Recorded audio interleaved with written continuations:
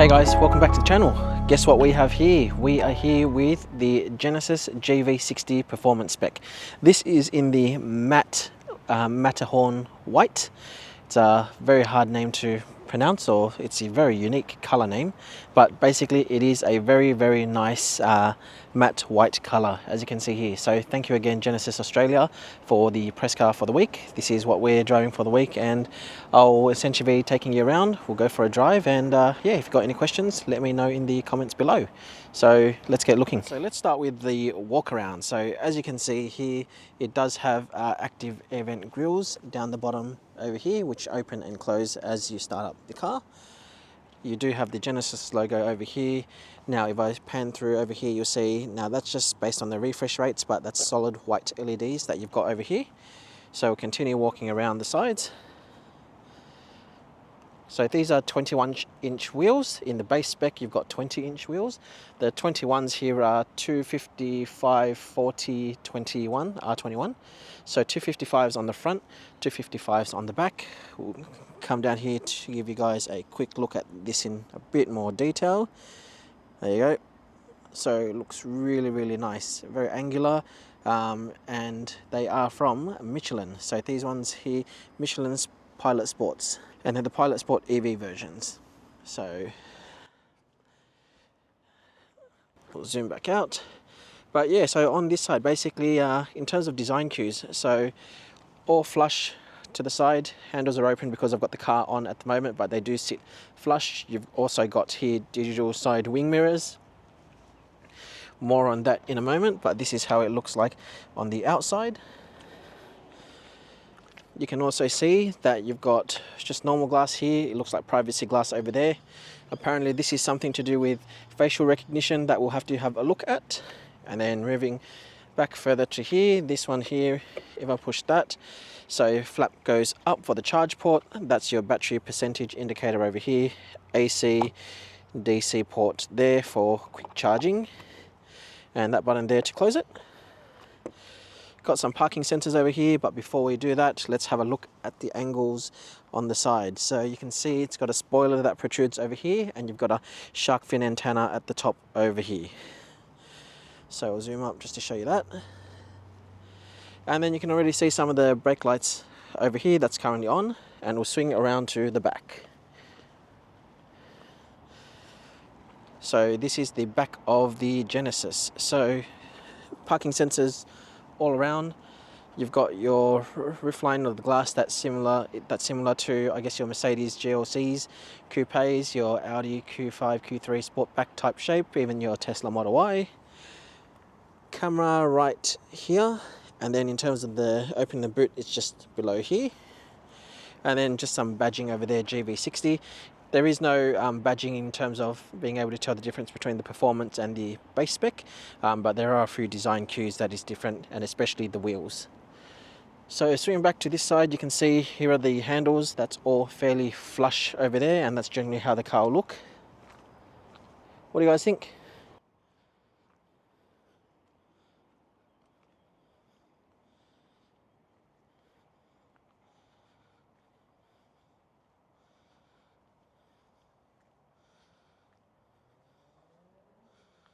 So we've had a look at the outside of the car. Let's have a look at the keys before we actually get inside. So this is it. In terms of buttons, I'll hold it around this side. So you can see over here, you've got hold, go forward, go backwards, charge port, hold. Nothing at the top. On the other side is hold down for boot, lock and unlock. That is pretty much all you get, and I presume this bit down here is probably to do with the getting the key out itself from here. So that's it. Now in terms of functions, so you can obviously hold down the lock usually twice based on these cars, and then you hold down this one. Hopefully that starts up the car, and then after that hold the front button, and let's see if it moves forward. There you go. So perfect for getting in and out of tight spaces. And then let go, that stops. Then over here we'll go the back button. So hold that one down.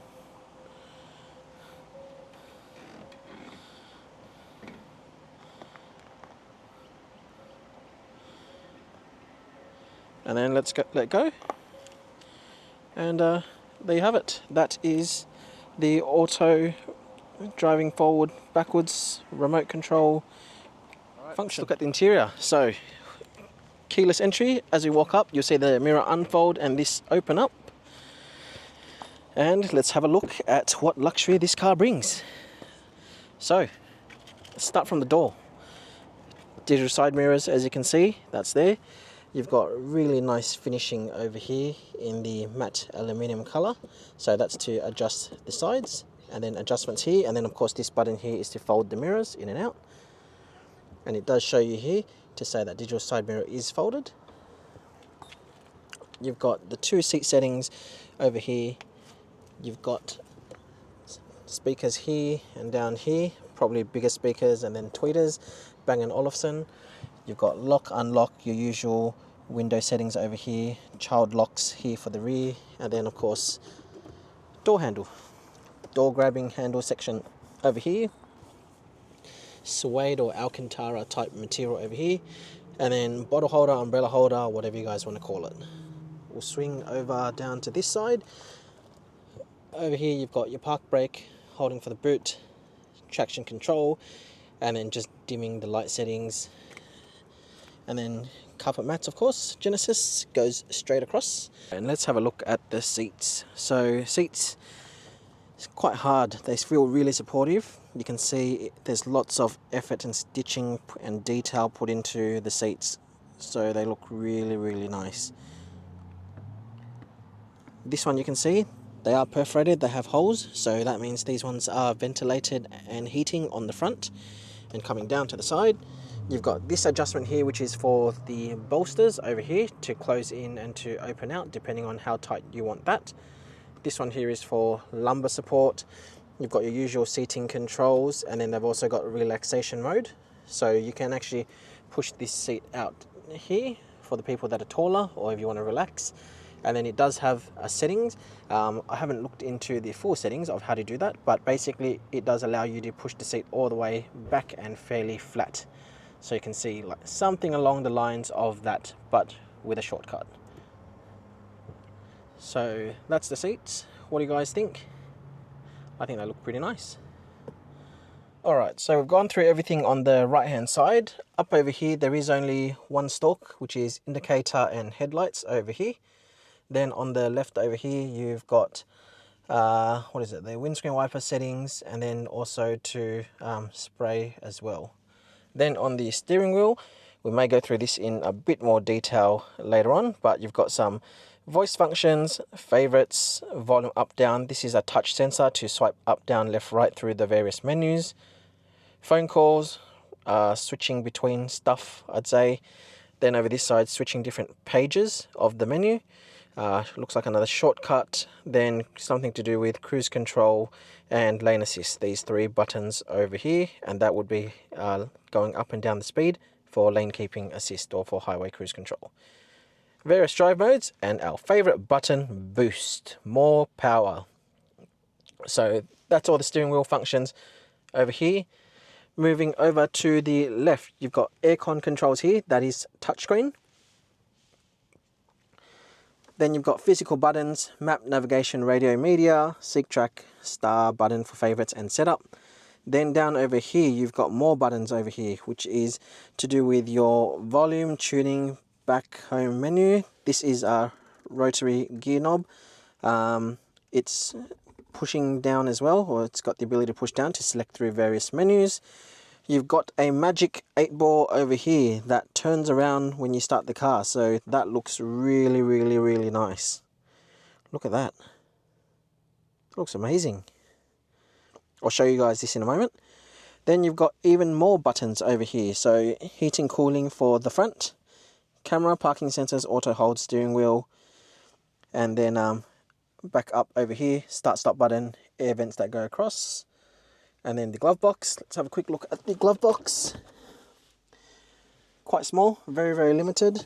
Big instruction manuals, but that's all you have over there. And then, yeah, cup holder over here. Let's go through the rest of it. So cup holders, 2 cup holders, just normal size. Nothing crazy, nothing big. You've got wireless phone charger over here, which you can slot your phone in. I'll pull this up. Then you've got a small storage over here. I believe that might be a light. No additional pocket storages or anything there. So just your phone slots in over here. Closing that, jumping down over here, let's have a look. So you've got a little bit of storage over here. You've got 12 volt 180 watt cigarette lighter port, USB-C in this car. So right one is for charging only, left one is for your smartphone. So a bit of storage there, then nothing over here at all. So I'll bring the camera back up. And so I'll pan around again, just to show you guys the rest of it as a once over. So wing mirrors, the dash with the steering wheel, front glove box, excuse my camera gear over here, wireless charger, and there you have it. And we'll swing around the back just to show you guys before we go around the back. So that's how the back looks like. And then down the bottom at the back, yes, we also have V2L in the car, which is fantastic. And then the one thing I missed over here is these buttons or adjustments for this seat over here. So that's obviously to adjust for your passenger or your partner, or to help kids or anyone in the back to get in and out quite easily. Let's have a look at the smart roof. So there's a button over here. If we just push that, oh, that was open, so that's closed. Nice and easy. And it's some sort of material, but it doesn't look like light really protrudes through it, so it's totally blackout. And it feels like the same Alcantara type suede material. So yeah, I'll leave it open just so it allows more light, just so I can show you guys the back. Alright, so we're about to put foot on the brake, and we'll hit the start button and watch what happens here.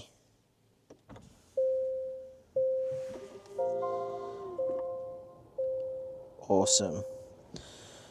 So that's already started. You can see that's using the front camera to show you, and as I said, you could scroll through the various options and then up and down to swipe through the different menus. And then that's just general map or highway cruise control, and then map of where you are, and then that one. I think I like this one. And there is also a heads-up display. I think you can just vaguely see it just over there. And then usual dash settings, everything there. And then this is all touchscreen based on whatever you want, and got haptic feedback as well. And yeah, menu also down here that you can access. So quick home button takes you essentially to home. You hit menu, it brings the menu open. So it's really good. You've got two options. So I'll hold the camera further back. If I go left, right, I can actually go through all of that as well. So and I just push that down, so you can navigate to whatever you want, and you can go back. So very intuitive. If anything, this kind of reminds me of Audi and BMW style systems. I'm in my driving position now. I'm 171, 172 centimeters. I'll leave the seating position as it is, and I'm going to go to the back and I'll show you guys how much space there is for the second row. So here you guys go.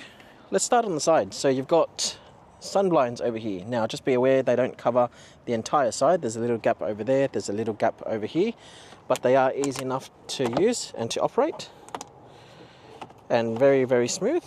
You've got your usual aluminium, like matte aluminium look over here, which looks really nice. Up and down windows, they go almost all the way down. It's pretty good. And remember, this one is privacy glass. Very unique. I don't normally see that people have lock and unlock in the back, but there is here. And then you've got 3 heated settings for the car as well, and you've got 2 cup holders, so one over here and one over here as well. Now just be mindful, I think these ones don't look like they are your normal full-size sports bottle type, but we'll have to check that in a moment. So anyways, coming back around through to here, so you can see very, very nice as well. Here's the seats.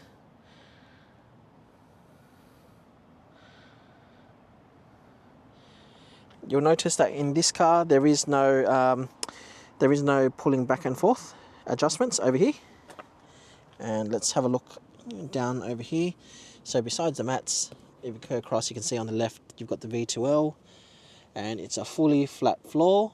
And then also to the right over here, just under the center console tray, so 2 USB-C ports, and then it looks like you've got a full pass-through storage area for whatever it is that you guys want to put in there. And then in terms of air vents, it is a really open space in here, but the air vents are over here on the side. So let's get in and we'll see how much space we have inside. All right, so I'm holding the camera out. This is how much space we've got. You'll notice, actually, hopefully you can see that from the angle. Yeah, I think you can. This actually curves up before it goes back. So it's actually lower here as to maintain the roof, and then it actually goes up to allow you more headspace. So if I tip the camera back down towards me, you'll see my head at the moment is probably in this section here, which actually has more space. So it's about 1 fist worth. Now I have put the seats a little bit more forward, and I'll explain why when we get to the boot, just to show you guys. But am I comfortable? Yes. How much leg space do I have? Let's flip the camera around. All right, so in terms of leg space, so this is just me sitting normally. I'm quite comfortable there. If I stretch it all the way, can I get it underneath the front seats? Yes, I can, no issues there. But generally speaking, I would probably sit somewhere like this. Now, bear in mind that this is supposedly a 5-seater. So you've still got 2 other seats that you want to fit there. And I'll flip the camera around again. So this is me. So in terms of how much space I take, if I sit to the side and I wriggle to the side, it's just so that I'm pretty much using as much space as I can on this side. On this side, I am still kind of taking a bit too much space. So you can see the seat belts down here. So I'm still taking a little bit more space than realistically I should if you are going to have 5 people. But yeah, it is quite comfortable though. In terms of space, if I had to compare, right? So this is, remember, Tesla Model Y competitor, a Kia EV6, potentially also the Ioniq 5 as well. So Ioniq 5, I think, probably has the most interior space from all of them, and also has the highest roof. I'd say this one is probably more in line with the Tesla Model Y in terms of how much space I feel that you guys have in here. But in terms of seating wise, the material of these seats do feel harder than our Tesla Model Y, and it is quite comfortable. Shame that there is no cooling seats here too in the rear row, but all of them do have heated seats, so it's still a plus in that regards. And the one thing that I forgot to cover is in the rear, for all passengers, you've got map pockets, or I guess we call it these days probably iPad pockets. You've got the aircon vents over here, the blinds, as I said. You've got matte aluminium hooks. That's new. That's pretty cool. And then you've got lights, and yes, they are LED. Grab handles, and this is the view as I pan around for everyone in the front to see.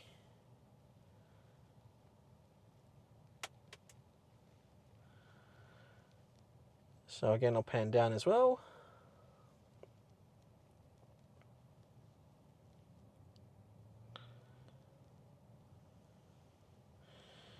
And that is everything to do with the second row. Let's have a look at the boot. So remember, the button is somewhere down here. Here's something I prepared for you guys earlier. Here is all the space that you have in the GV60. So you'll notice that these kid seats here pretty much come up to the end of where they can be for the boot size. So if I had it any more back, you wouldn't be able to fit it. Now that is also the reason why I was saying that I've got the seats pushed really upright, because there is no way that I would be able to get these seats in, considering how tight it is, as you can see from that gap there, that I could get them in without putting these seats upright. So yeah, now one thing to also bear in mind is this bit here for this tray, or this cover, is actually fairly low. I would have liked to see that maybe a little bit higher, but then I wouldn't know how this tray thing would work. Either way, this one just pulls straight out, and if I move this seat out of the way, you can see it covers it up to here. But that is essentially 2 seats, and it is full. So you'd definitely be able to put prams in here as well, I haven't checked bicycles or anything like that, but that's probably the limitations of it. And you do have 3 settings, as you can see, so you can put this in the middle, you can put it further in or further out as well, to whatever you'd like. And this is how much space you guys have with an empty boot. So this here is the roadside assistance. So there's a high-vis vest and a couple other things in there. And this is everything else you've got. So tire mobility kit, luggage net, charging cables, V2L, and first aid kit. Right, let's have a look at the Frunk. So 1 pull, yep, just once, no need for twice. Let's see if it just lifts up. Nope, there's a latch over here. And there you have it. Let's pan back out.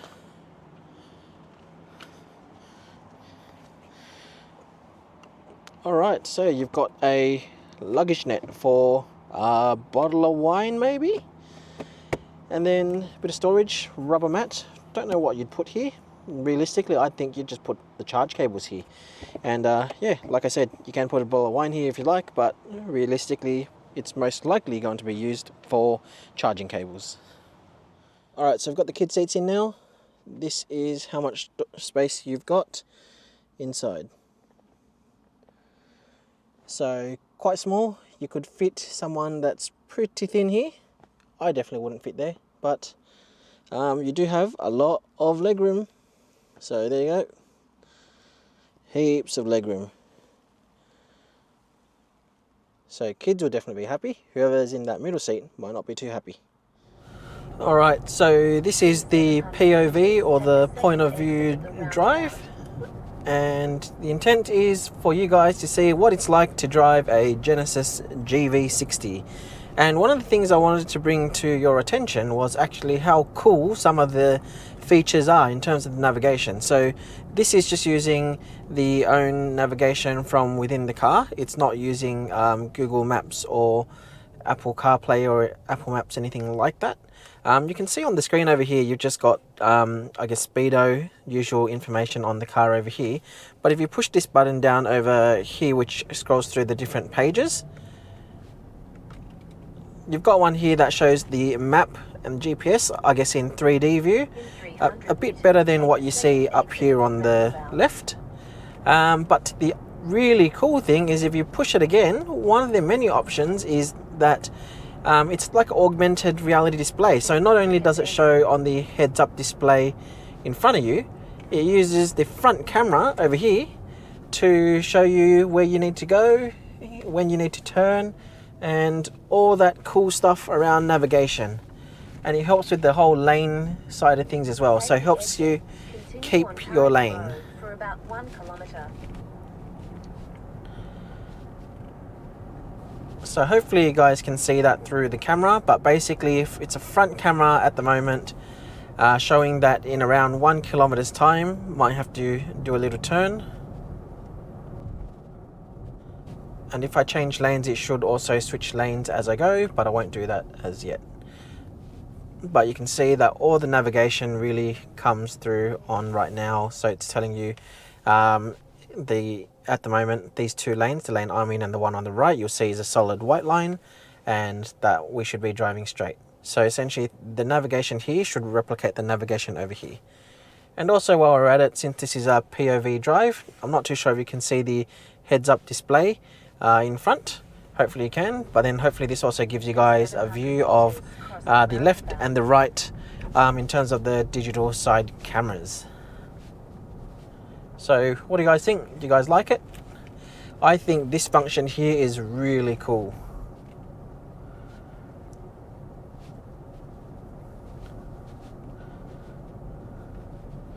So this is telling me to go straight, but I'm going to turn left here a bit earlier. And you can also see here that the cameras show up on the left. So if I've changed now, you can see it's redirecting the navigation, and you can see it's now changed over here. Take the 3rd exit.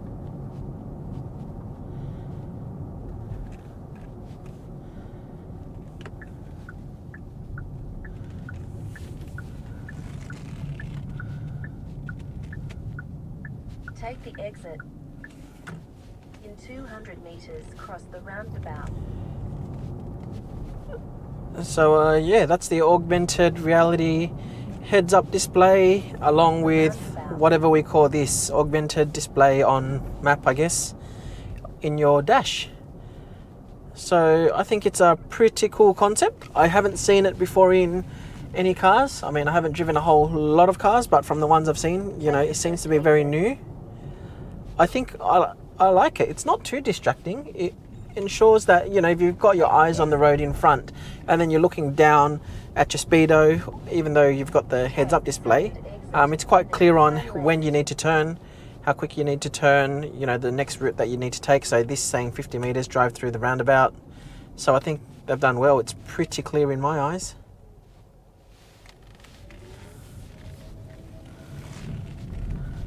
Take the exit and then turn left.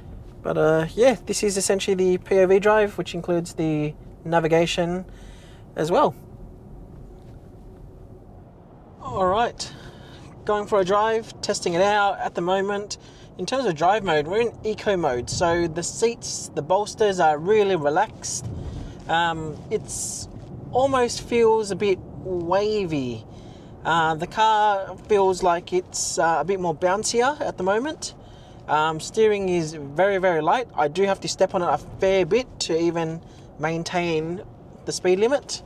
If I push it to comfort, it's a bit better in terms of the acceleration feel, but it's still, I guess, a bit soft. When I switch over to sport mode, which I'll do in a moment, now I just went through the menus and I changed everything to sport. It stiffens the bolsters, so around my hips, as I showed you guys earlier, there's a section which essentially helps you automatically push that in. So when you're in between comfort, eco and sport, when you go into sport, it pushes the bolsters in to give you that more bucket-like seat feeling. Steering wise, even though it says sport, I'm not noticing too much difference. I'm noticing difference as with other vehicles, other Kias and Hyundais that we've driven now, that the pedal feel is pretty much the same. There is a boost setting here, which I guess gives you additional 10 seconds of additional power.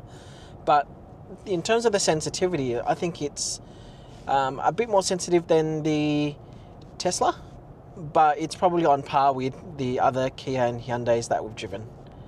It's still easy to maintain the speed limit. There's no issues there. I like how there is no warning dings that just keep going on, even if you do 1 to 2 kilometers over. So very, very grateful for that. But it's really smooth. And I say that in a good way. There's no noise at all. It's quiet, and yeah. In terms of ride and handling, you can feel the weight though. Like if I try to take a corner with a bit more speed, still within the speed limit, you can feel the weight. And the other thing that I've noticed that I do like is I've noticed that the vertical pixels on this camera, on the digital side mirrors, it's a lot better and it's a lot bigger in this car. Another thing I've noticed immediately is, from a driving side of things, the regen, even though it's on max one pedal driving, it doesn't regen as hard. Even though so there are settings here, and I've set it to max deceleration. This does not hit anywhere near as hard. So testing this car and knowing it's got this boost setting makes me wonder what constitutes the fact that you need to always turn it off, to like as in every 10 seconds, because the sound it makes is pretty cool. 2, 1, and let's go. Ooh. 0 to 60 kilometers. And yeah, I like the sound it makes. I like the amount of power it actually generates. Like, it hits pretty hard.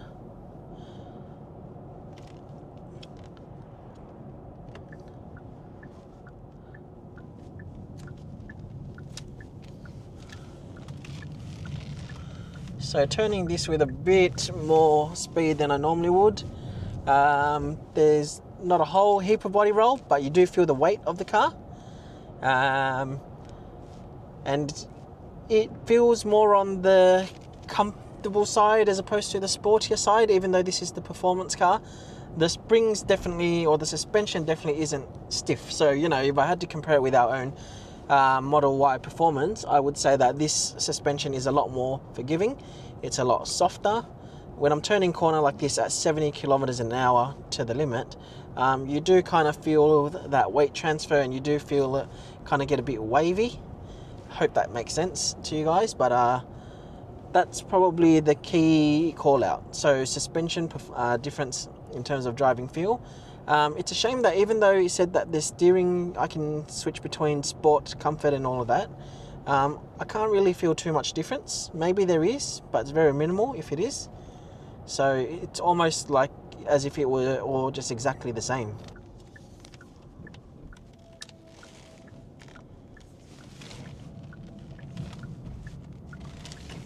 Yeah, you definitely feel that weight shift when you're going. And this is in sport mode driving, so I dare say that if you're in comfort mode, it's probably swinging you around even more.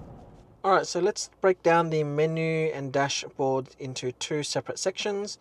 So first section will be everything to do with the menu and the dash you see there, and then the other one will be everything to do with the steering wheel here. So you can see first of all there's a note there to say press OK button to browse all widgets. So over here we'll push that down to say next. And then it says over here, swipe left and right will change the song station if not browsing widgets. Press OK 2 times quickly to reset the currently selected widget. So we've got widgets here on the right.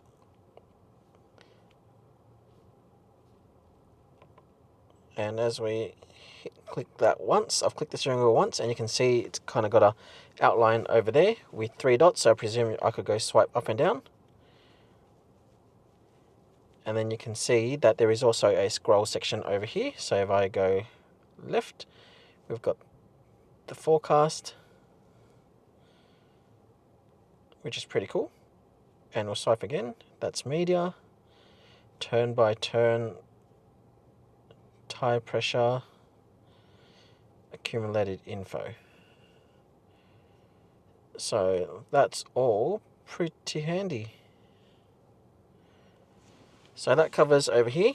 Now this button here is for shortcuts. That's obviously for the phone. That's for speaker or voice recognition. So you could essentially use Siri or use Google Assistant to do whatever it is you need there. That's to pick up the phone. Volume is self-explanatory with the mute button when you push that down. My favorite button, boost. Drive mode, so you can just push that here.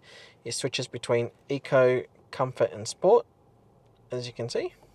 And then down over here you've got other menu functions. So if I scroll through and I go down, you can see that's switched to maps. If I scroll down again, you can see that's probably my favorite view. It uses the front camera, and based on where you're driving, it essentially shows you the lane that you're in, and when you are on navigation, the directions also pop up over here as well, which is fantastic. And that just switches into the widget over here, and mode change up down. So if we go up down, it switches the mode over here, and that's from this touch sensor here. So that's everything you've got there, and then of course you've got your horn and then the nice Genesis logo over here. So that covers everything from the steering wheel side. Down over here is all the display, all the aircon functions. These are touch sensitive, so you can see, and it's got haptic feedback as well. So map, navigation, radio, media, seek, track, forward, backwards, star icon for favorites, and setup. Once you hit setup, that just brings you through to this menu over here. Then also remember that you've got some buttons here for back home menu. So if I pull the camera out, you can see that if I am going to move the scroll wheel over here.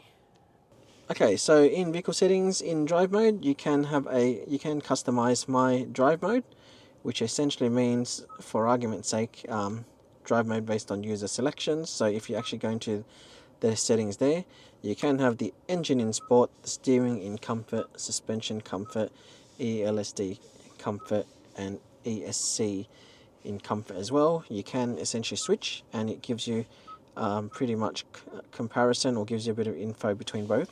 So comfort ESC, as an example, is optimized for everyday driving. If you go sport, it just says optimized for sporty driving. Steering, as an example, says steering optimized for agile steering with a sporty feel is for this one. And if we go comfort, just says for a smooth steering feel. So there's those settings. You do have something called virtual gear shift, which says it recreates the feeling of driving a vehicle equipped with a transmission and combustion engine. Its feeling is enhanced when combined with a virtual sound. So if I untick this, hopefully you could hear that in the background. It's actually gone quiet now, and if I tick this, you may hear something.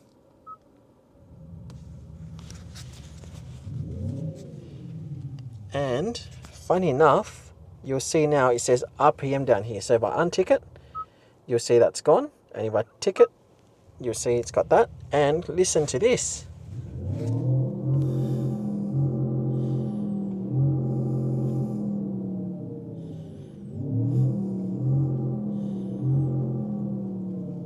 It's a bit of a gimmick, but it's also kind of funny as well.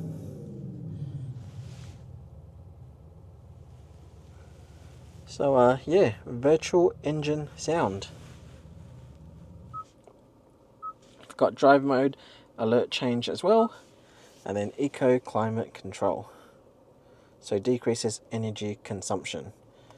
So we'll head back. So that's drive mode, active sound design, which is just fake sounds for the car. So I've usually left that off. Heads up display, I think I've shown you guys this before, but you can vaguely see it over there. And then you've got cluster information that you can change around as well.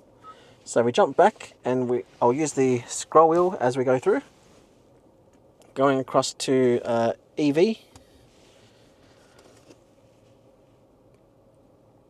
You'll see that over here you've got things around charging limits, AC charging current, battery mode conditioning.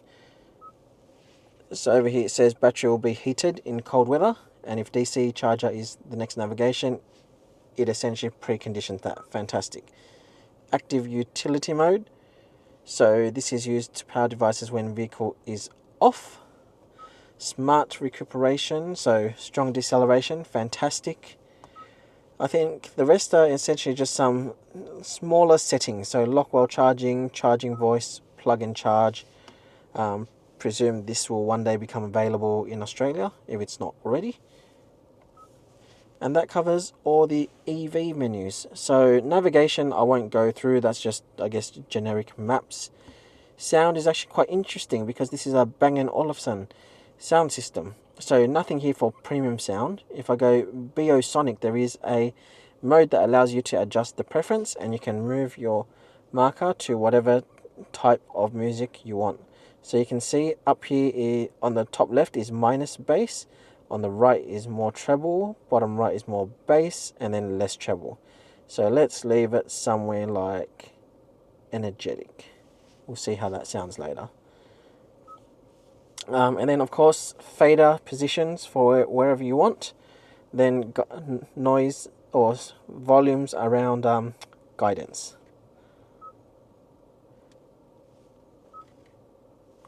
Alright, phone connections. No particular settings in here. It's just to help you go through Android Auto and Apple CarPlay and Bluetooth. But it is wired, so there is no wireless Android Auto, Apple CarPlay in here at all. And then this is just the profile settings, which essentially means you can set up things like fingerprint ID and facial recognition. However, you do need 2 keys there, and not something that we have here. Other than that, if we continue to scroll through to the right, you can see there's voice recognition over here. So to minimize prompts, so voice recognition prompts are not played, only beeps are provided to indicate when to say a command or request. Theme layout, so you can go different backgrounds. You can also set the vehicle's exterior color in system displays. Then you've got font, screensaver, you can go digital clock. And then we'll head back. Then display, so you've got just general display for how bright you want the lighting. You've got camera settings and a blue light filter, so that's pretty cool, having that blue light filter. Button touchpad. So this is everything to do with all the shortcuts that you want over this side and over this side, mainly these two buttons over here. So that's just to set those up. And then we'll go back. Connected services. So Genesis connected services, we'll have to essentially connect this to the app, and that allows you to preheat the car and do other things as well if you'd like. And then some general settings for the vehicle. So other than that, you've got 3D settings on this, almost the last page. So you can see you've got different settings here. You can go back into the EV settings here as an example. You can set up the lights. You can set up door trunk information, so lock speed, auto lock, unlock, power tailgate speed, and all of that. You've even got your driver assistant settings that you can do. And then you've got also 360 view. So you can just rotate this. So again, touchscreen, very, very smooth. Or you can use the scroll wheel, which I'm doing, to look at your car. And there was one more settings in there, I believe, which was see inside.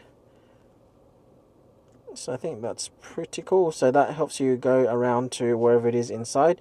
You can do a 360 view as well. And when you tap out of that, essentially you can go to climate settings or whatever it is, and it takes you through to that section as well. So that is pretty cool. Now let's jump out of all of these types of settings. And you've got voice memo, radio, media, climate control settings. So that's pretty much everything that you can adjust down here, but that's just up here. So we'll head back. Then you've also got seat settings, which essentially you can rotate between driver and passenger. So if we go passenger as an example, you can actually hit rest. Now in this case it's probably not working, more because I've got kid seats in the back and it doesn't automatically do that, and same thing with mine here at the front as well. And then you've got quiet mode, which you see here, radio media only played in front seats, so obviously good for adults or kids sleeping in the back. This goes back to connected services. So you've got weather, which you saw on the dash over here. You've got your calendar, you've got vehicle diagnostics, and then you can set up the connected services as well. So you can see here, number of items checked is 10, and all the checks on this car look normal. And then besides that, you've got valet mode, notifications, and manual. Valet mode, use the service after activating in the connected services app. Activate to experience full connected services app services. So I presume you'll need to activate the app, and then you should be able to monitor the car or have it driven in valet mode from there. So that covers everything to do with the dash, the menus, and all of that. If you've got any questions, drop it in the comments box below. Alright, come for a drive with me. So a couple of things I want to test out on this drive. I want to test out how this car handles on the highway. I want to make sure we have a quick look at blind spots, driving ergonomics, how comfortable it is, and I want to try out and make sure, or see if there's any difference, I guess, in the active radar cruise control and all of that stuff as we go on the highway. So we're entering Sydney's M2 highway, peak hour traffic, so perfect to test.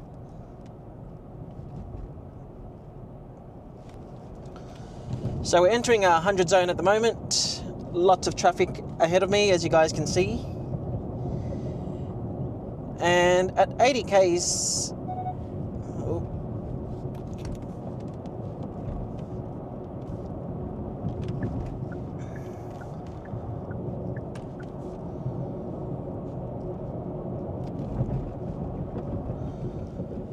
Alright, so at the moment we are doing about 85 k's in a 100 zone in traffic. I could go into the right, but let me just talk to you guys for a moment or two.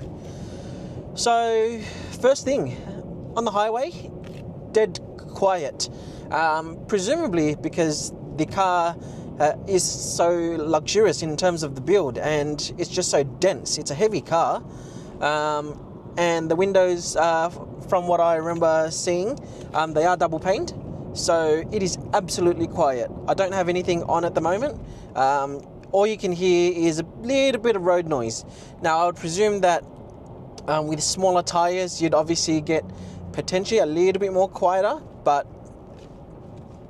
can your ears potentially tell the difference between, like, for instance, 1 or 2 inches? Not too sure, but either way, the only thing I can hear at the moment is a bit of tire noise, and that's possibly, if you can see ahead on the road, all those the tar on the road. So those little markings, like every meter or two, there's a little bit of marking that's there, and that's presumably what the road noise is coming to. So I'll stay quiet for about 5 seconds so you guys can see if you can pick up anything on the microphone, so you guys are across what I'm talking about.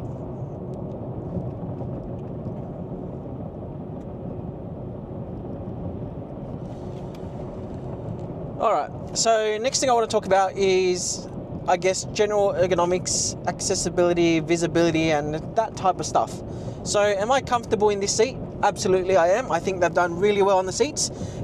In the normal position as the car is now, in terms of like the side bolsters, because this car in the top spec, you can adjust the bolsters in and out to make it more hugging around your hips or more loose.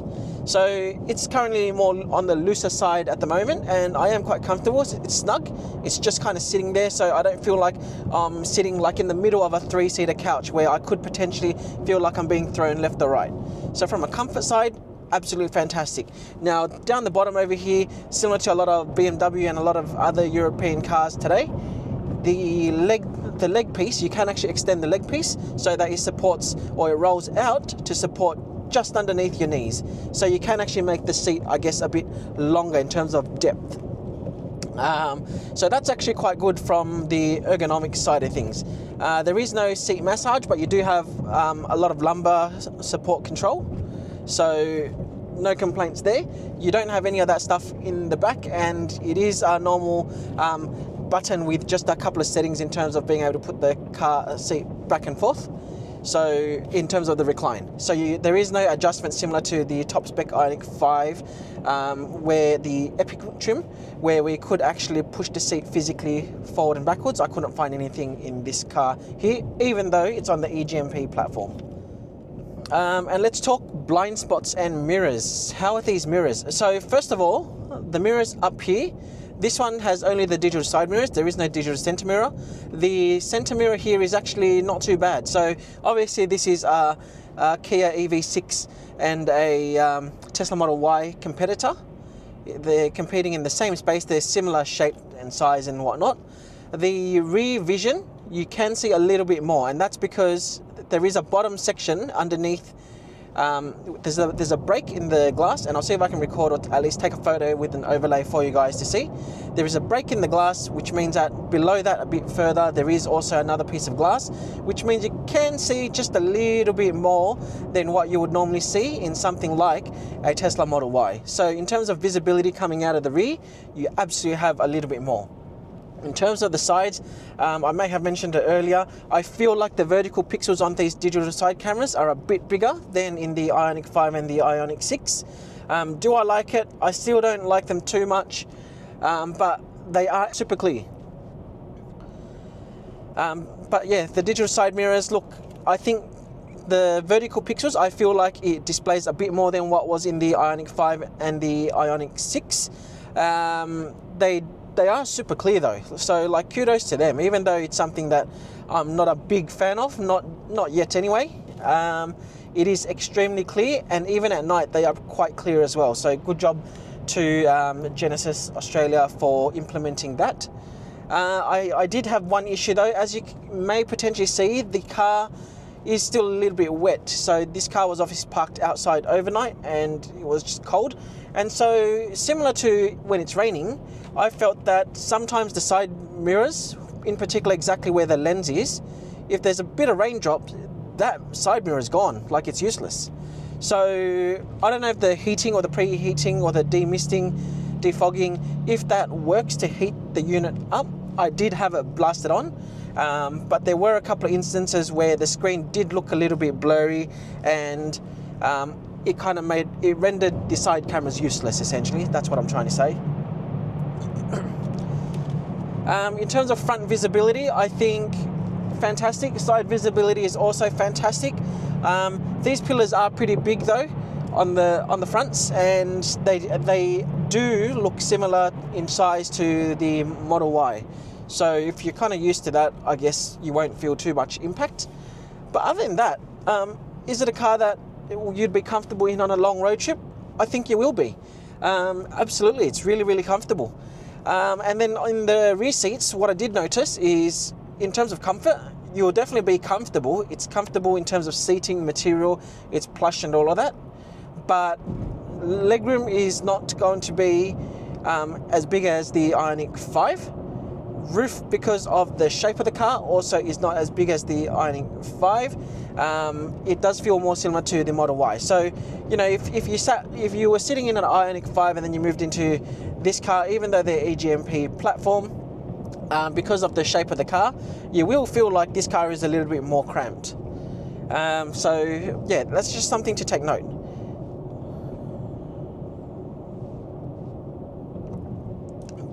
But yeah, overall, no wind noise, and let's give the cruise control a go. So over here on the left of the steering wheel, you've got the cruise control. It's currently on distance 3 once you push that button. Now I was doing 95 kilometers an hour, so automatically holds it to 95. Let's switch it up to 100.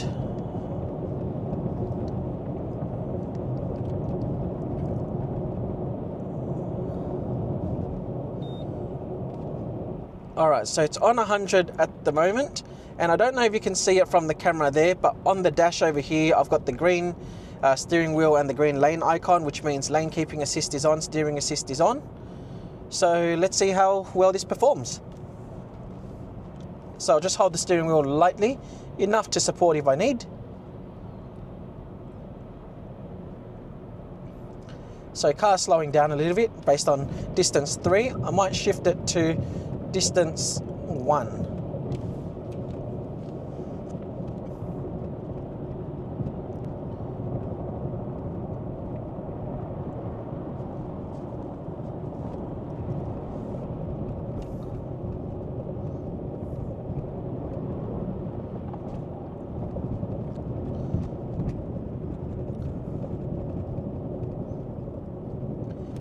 So you may potentially see over here on the right, as cars come up, you do have the blind spot that detection that comes up here on the top right of the screen with the exclamation mark and the red triangle. And on the heads-up display as well, you do have that, and you can change that in the settings as well. Look, this is the 1 car distance. It's been keeping for a little while. Seems to be doing okay. I'm not really touching the steering wheel heavily.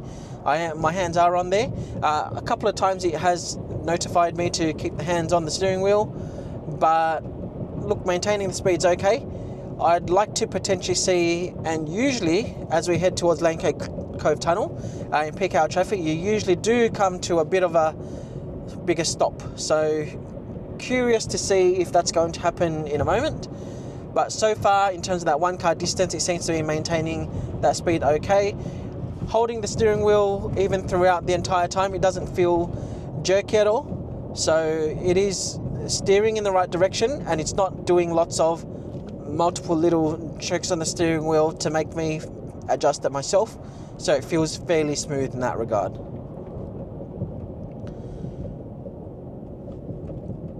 So I might actually just head out. We're going a little bit too slow here.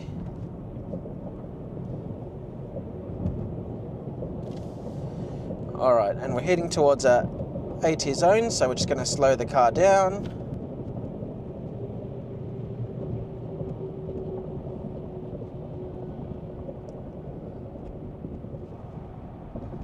In 500 meters, keep hammering 80 kilometers per hour speed limit. Okay, so something cool I've noticed. If you have exceeded the speed limit, even by 1 kilometer, when you've got this camera function on, you'll see that in the middle of the road, where the blue lane keeping, the blue bit is where it shows what lane you're in.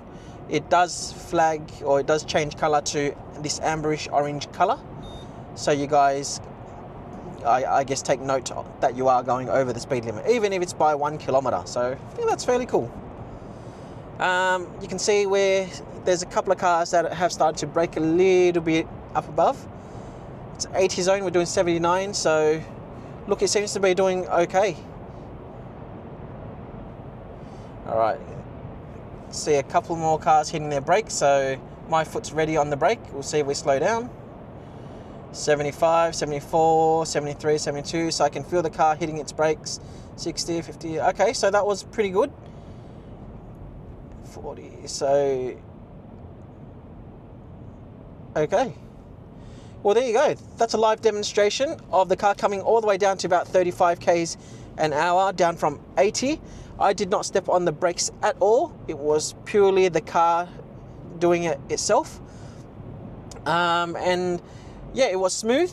The bit that I liked about this was the fact that now, however this is managed, whether it's sensors or cameras or whatever, it was braking gradually. So when we were looking in front, you could see cars braking once, and this is on car setting or distance setting 1.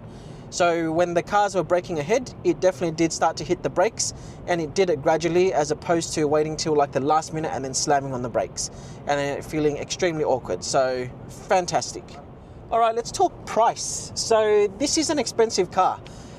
This spec in performance, so when you select so you've got the base model, which was just over $102,000. It's got a little bit less power, to about 230 kilowatts off the top of my head. Then you've got the performance spec, which is about 360 kilowatts, and you've got 700 newton meters of torque. With the performance spec, you've got 2 options as part of the performance spec. You can choose to have suede or non-suede as a part of the interior trim. No difference in price from what I could see with the online calculator, but it goes from 102 all the way to about $108,000, or just somewhere around 108. So there's about a $6,000 variance in the price between the base and the top spec performance.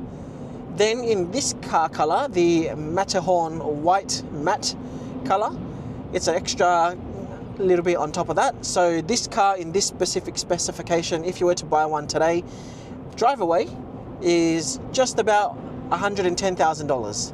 So it's a lot of money, but it's also a very luxurious and beautiful car.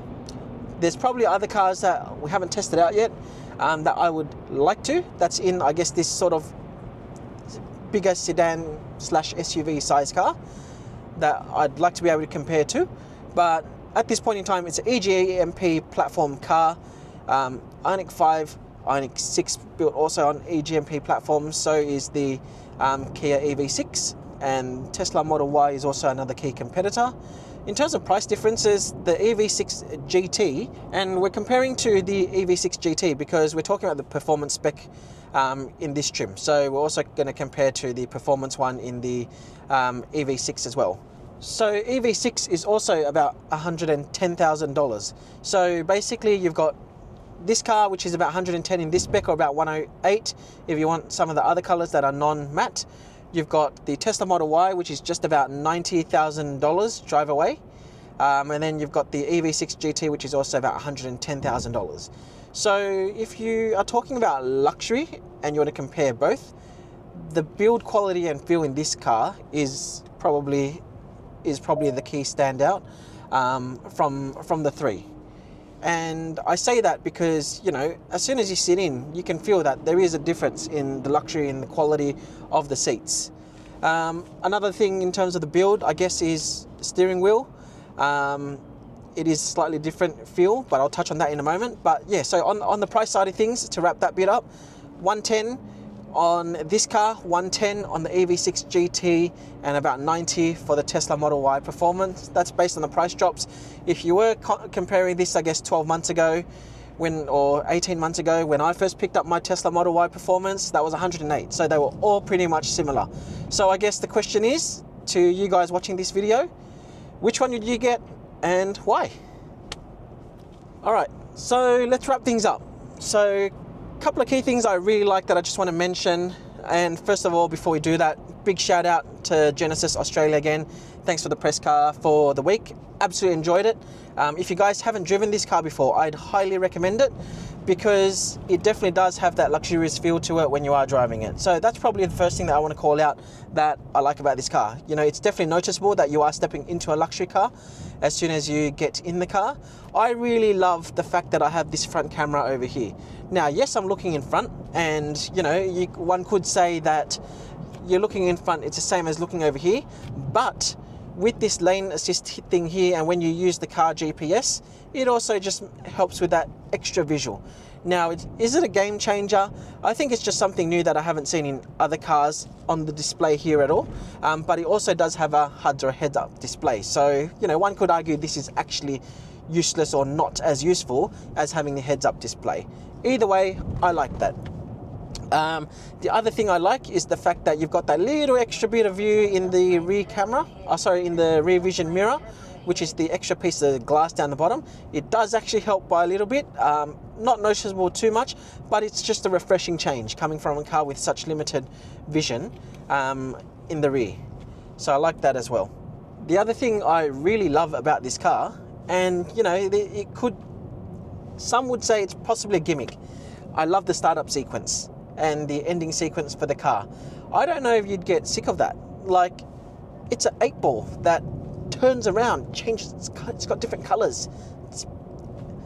It's a cool differentiation. You don't see that in many cars. And so I think as a point of difference, right, you know, what other cars around the same price bracket does the same thing? Not much. Is it something that's going to change the way that you feel when you drive the car? No.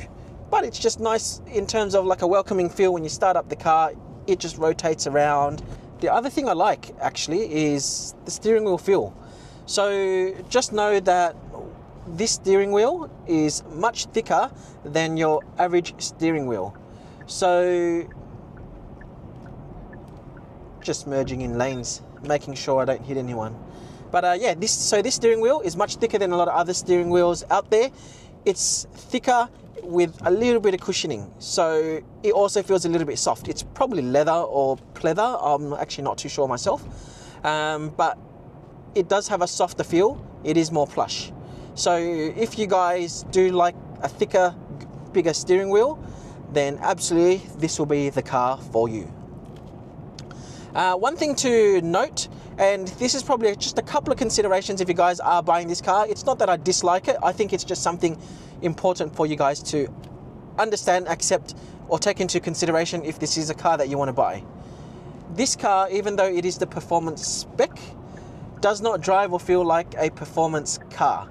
And by that I mean, don't expect stiff suspension, everything to tighten up and for it to handle like it's on rails. If you are going around a corner at a higher speed, you will feel body roll. It will feel a little bit airy. Don't forget, this car is more of an SUV type though. It is not stiffer than a Tesla Model Y Performance, I can tell you that much, since I own one. And when you go through the sport settings, comfort, eco and all of that, the steering, there is a little bit of change.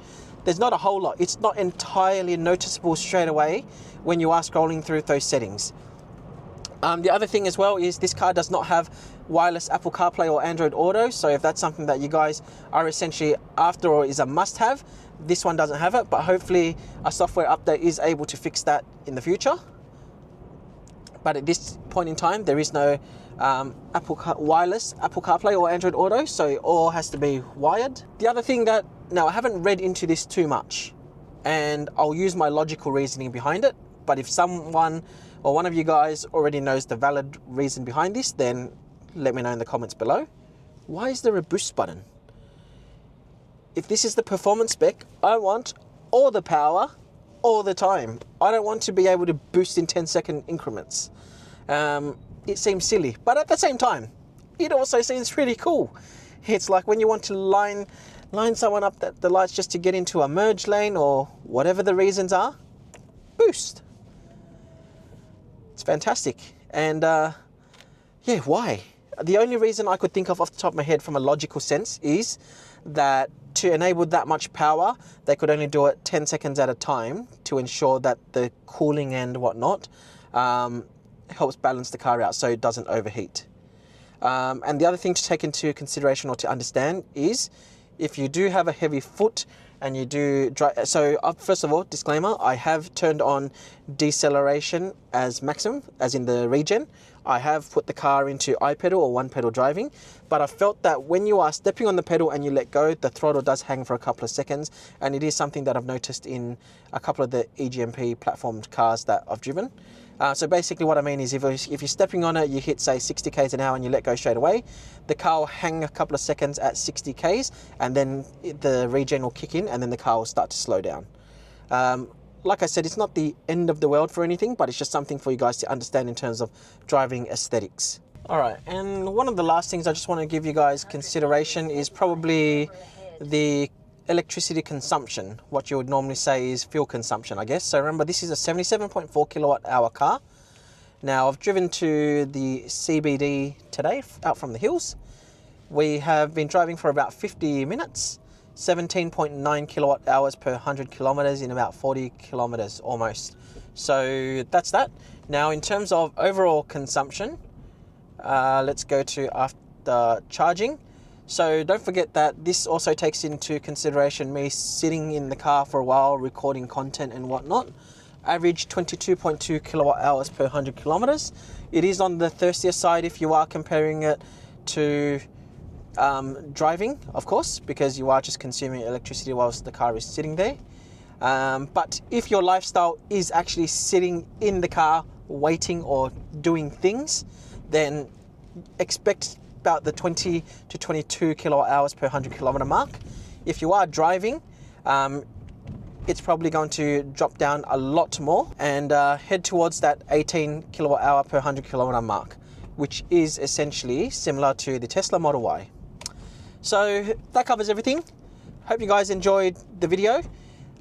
Would you guys buy one of these? I think if it's a luxury car you guys definitely want, absolutely consider it. If you guys have any questions at all, leave a comment, subscribe for more content, and we'll see you soon in the next one.